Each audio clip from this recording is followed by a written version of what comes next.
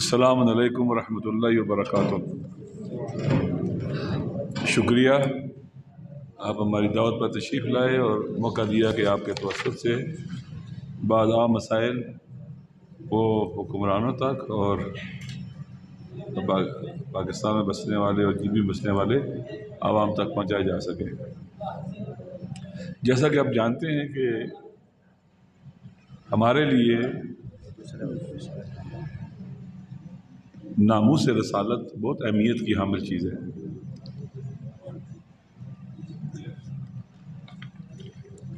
ناموس کی حفاظت کی جاتی ہے اور ہر غیرت مند اپنی ناموس کی حفاظت کرتا ہے۔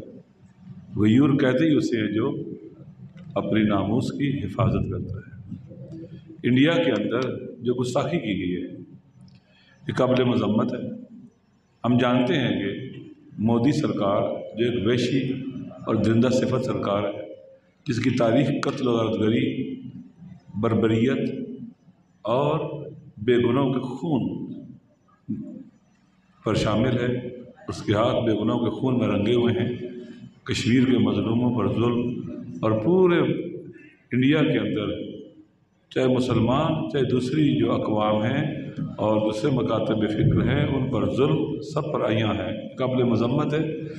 ان درندہ صفت حکمرانوں کے خلاف پوری دنیا میں آواز بلند ہونی چاہیے اور پاکستان کو بھی بھرپور آواز اٹھانی چاہیے، اور ہم یہاں سے اس کی مذمت کرتے ہیں اور امید کرتے ہیں کہ ہمارے حکمران اس حوالے سے بھی بھرپور سٹینڈ لیں اور مودی سرکار کو یہ پیغام دیں کہ یہ مسئلہ کوئی کسی خاص ملک علاقے کا نہیں ہے، بلکہ پوری دنیا کے 1.5 ارب سے زیادہ مسلمانوں کا مسئلہ ہے اور ہم اس کو برداشت نہیں کریں گے۔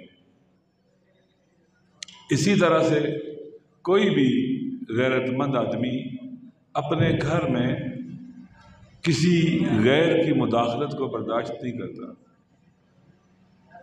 پاکستان ہماری مادر وطن ہے، یہ ہمارا گھر ہے۔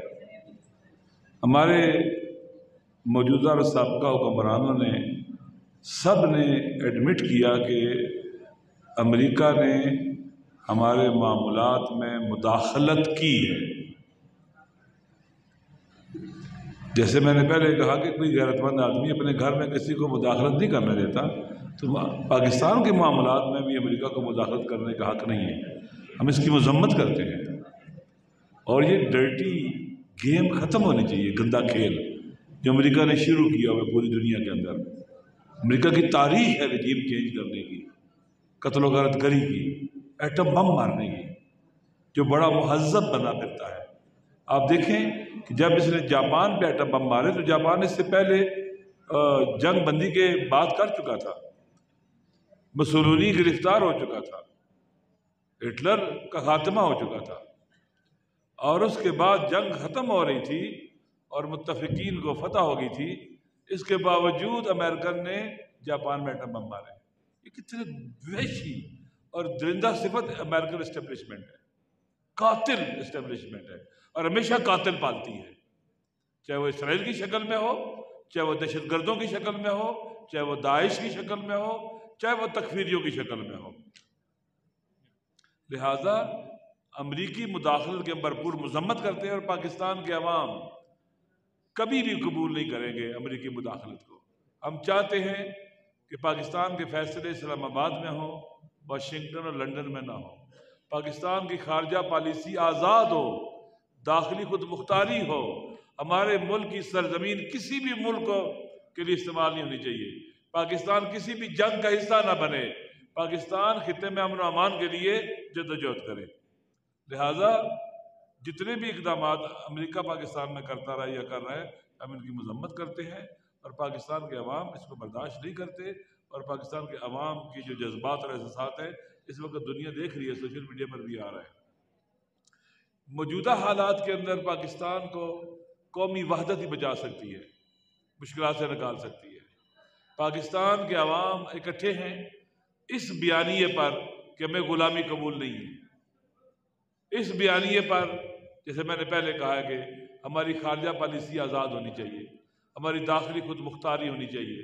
اگر یہ ہماری خارجہ پالیسی آزاد ہوتی تو پاکستان آج دہشت گردوں کی بھینٹ نہ چڑھتا، دہشت گردی کی بھینٹ نہ چڑھتا، اگر داخلی خود مختاری ہوتی تو پوری دنیا سے قاتلوں کو یہاں لا کے نہ بسایا جاتا۔ عجیب ہے، پاکستان کے نیشنل ٹرسٹ کے سراسر خلاف، پاکستان کی نیشنل سیکورٹی کے خلاف انہوں نے پھر ہماری پاک فوج کو قتل کیا اور مارا اور شہید کیا۔ گھر میں سام کے بچے پالے گئے۔ لہٰذا ملکی وحدت اس بیانیے پر موجود ہے، اور عجیب ہے یہ قرآنی بیانیہ بھی ہے، یہ دینی بیانیہ بھی ہے، یہ ہمارے اسلاف کا بیانیہ بھی ہے، جنہوں نے پاکستان بنایا تھا یہ ان کا بیانیہ بھی ہے۔ لہٰذا اسی بیانیے کے اوپر جب پاکستان بنا تھا ہم اکٹھے تھے، آزادی اسی لیے تھی، آزادی اسی لیے حاصل کی تھی کہ ہم اس بیانیے کے مطابق زندگی گزاریں گے۔ لہٰذا آج بھی پاکستان کی قوم اسی بیانیے پر اکٹھی ہے، اور یہی ملک اور قوم کو اکٹھا رکھ سکتا ہے یہ بیانیہ۔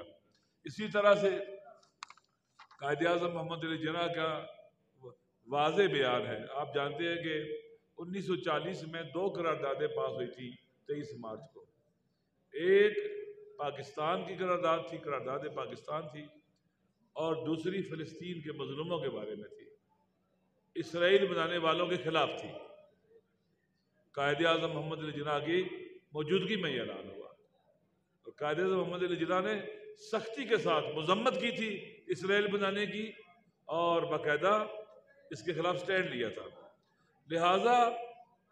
لہذا پاکستان کے پاسپورٹ میں بھی لکھ دیا گیا کہ ہم ہر جگہ جا سکتے ہیں لیکن اسرائیل نہیں جا سکتے۔ یہ دینی غیرت، دینی حمیت اور قرآنی پوائنٹ آف ویو سے یہ چیز ثابت ہوتی ہے کہ ہم ان دہشت گردوں کو، سیونسٹوں کو کبھی ان کی لیجیٹیمیسی کو قبول نہیں کریں گے، نہ ہونے دیں گے، نہ ان کی لیگلٹی کو قبول کریں گے، نہ ہونے دیں گے۔ لہذا فلسطین فلسطینیوں کا ہے، سارا فلسطین فلسطینیوں کا ہے۔ ہم 2 حکومتی نظریے کو بھی نہیں مانتے کہ ایک آدھا چوروں کو، ڈاکوؤں کو دے دیا جائے جنہوں نے قبضہ کیا ہے زبردستی، اور آدھا فلسطینیوں کو دیا جائے۔ یہ آدھا بھی نہیں دیا جا رہا، یعنی گویا ایسے ہی ہے کچھ چور کسی گھر میں گھسے، انہوں نے گھر پر قبضہ کر لیا، قبضہ ذرا پرانا ہو گیا تو فیصلہ یہ کیا جا رہا ہے کہ آدھا گھر چوروں کے حوالے کر دیا جائے، آدھا جو ہے وہ گھر کے مالکوں کو دیا جائے۔ ایسے نہیں ہوا کرتا۔ وقت گزرنے کے ساتھ ساتھ باطل حق نہیں ہو جاتا، غصب کو لیجیٹیمیسی نہیں ملتی۔ واللہ جنہوں نے آج سے 60-70 سال پہلے لوگوں کی چیزیں غصب کر لی ہیں، اب انہیں کی ہو جانی چاہیے۔ پھر پاکستان کے اندر بھی کیس ختم کرو پرانے۔ اس لیے اسرائیل کو تسلیم کرنے کی کوشش یا نارملائز کرنے کی چیزیں جو ہے نا، یہ ہم برداشت نہیں کریں گے، پاکستان کے عوام برداشت نہیں کریں گے۔ جو حکومت بھی اور حکمران بھی اس طرح کا کام کریں گے، پاکستان کے عوام اسے نشان عبرت بنائیں گے، پاکستان کے عوام انہیں نشان عبرت بنائیں گے۔ کشمیر ہو، فلسطین ہو، یہ ہماری ریڈ لائنز ہیں۔ ناموس رسالت ہو، یہ ہماری ریڈ لائنز ہیں۔ پاکستان کی قوم اور ملت ان ریڈ لائنز کو عبور کرنے والوں کو کبھی برداشت نہیں کرے گی۔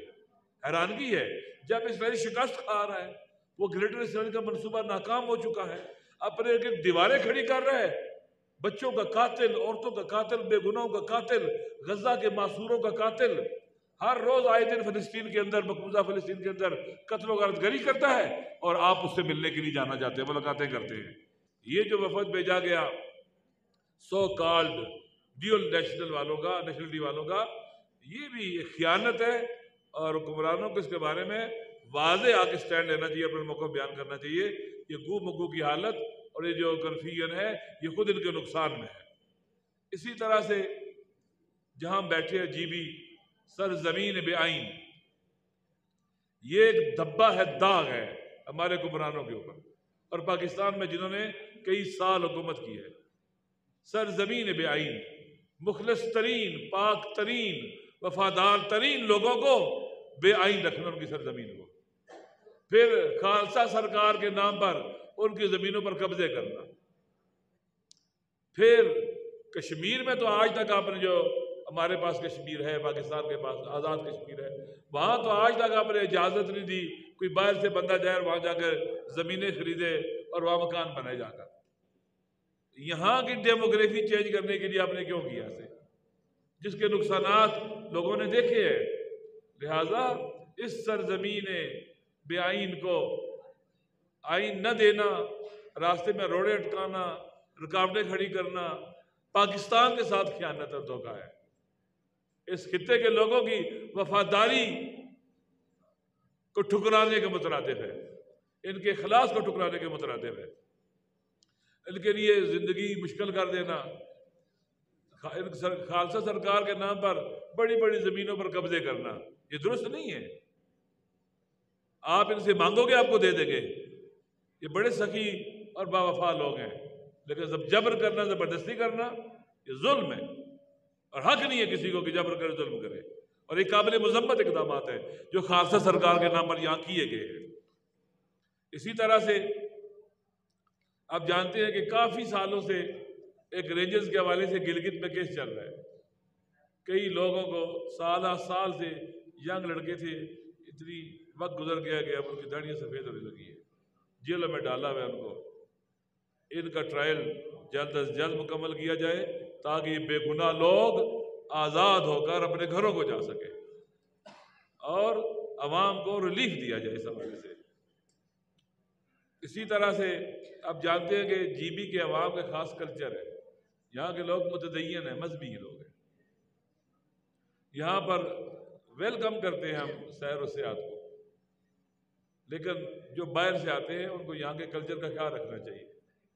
اس حوالے سے ہماری حکومتوں کو خاص اقدامات کرنے چاہیے تاکہ یہاں کے لوگوں میں انٹرسٹ بھی پیدا نہ ہو، یہاں کے لوگوں سے اچھی چیزیں سیکھ کے جائیں، اخلاص سیکھ کے جائیں، لوگ وفاداری سیکھ کے جائیں، حیا اور پاک دامنی سیکھ کے جائیں، یہاں کے لوگوں سے عزت نفس، انسانی کرامت سیکھ کے جائیں، دینی اقدار سیکھ کے جائیں، دعا اور مناجات سیکھ کے جائیں جن کی انسانوں کو ضرورت ہے۔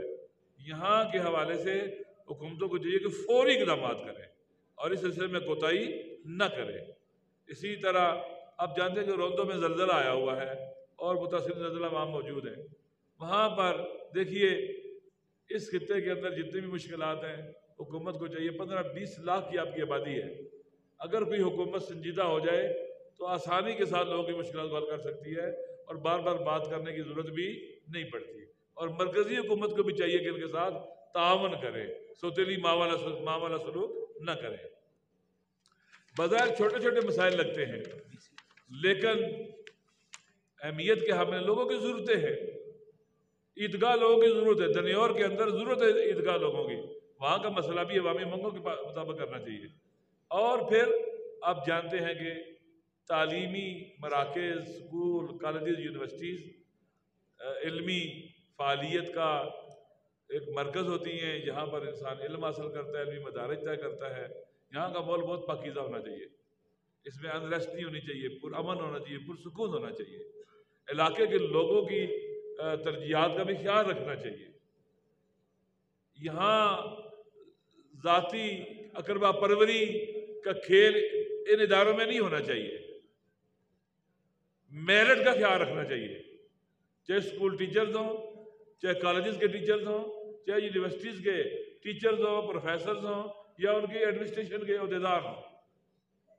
ابھی کتنے عرصے سے یہاں پر وی سی کا مسئلہ مشکل بنا ہوا ہے، یہاں کے لوگ نہیں پسند کرتے، یہ کوئی فرقہ وارانہ مسلکی مسئلہ نہیں ہے، وہ نہ میرٹ پر آیا ہوا ہے اور یہاں مسائل کھڑے کر رہے ہیں۔ آپ کیوں ایک بندے کو ٹھونسنا چاہتے ہیں یہاں کے اوپر، کیوں انٹرسٹ پیدا کرنا چاہتے ہیں، کیوں انیسیسری مسائل کھڑے کرنا چاہتے ہیں، اور اس کو سیکریٹرین نہ بناؤ، سیکریٹرین نہیں ہے، آپ میرٹ پر کسی غیر مسلم کو لے آؤ، قبول ہے ہمیں، ہو میرٹ پر شریف انسان ہو اور غیرت مند بھی ہو، پاک دامن انسان ہونا چاہیے، جس کے پاس ہمارے بچے بیٹیاں اور بیٹے جائیں گا پڑھیں وہاں پر، تاکہ وہاں کا ماحول بھی پاک ہو۔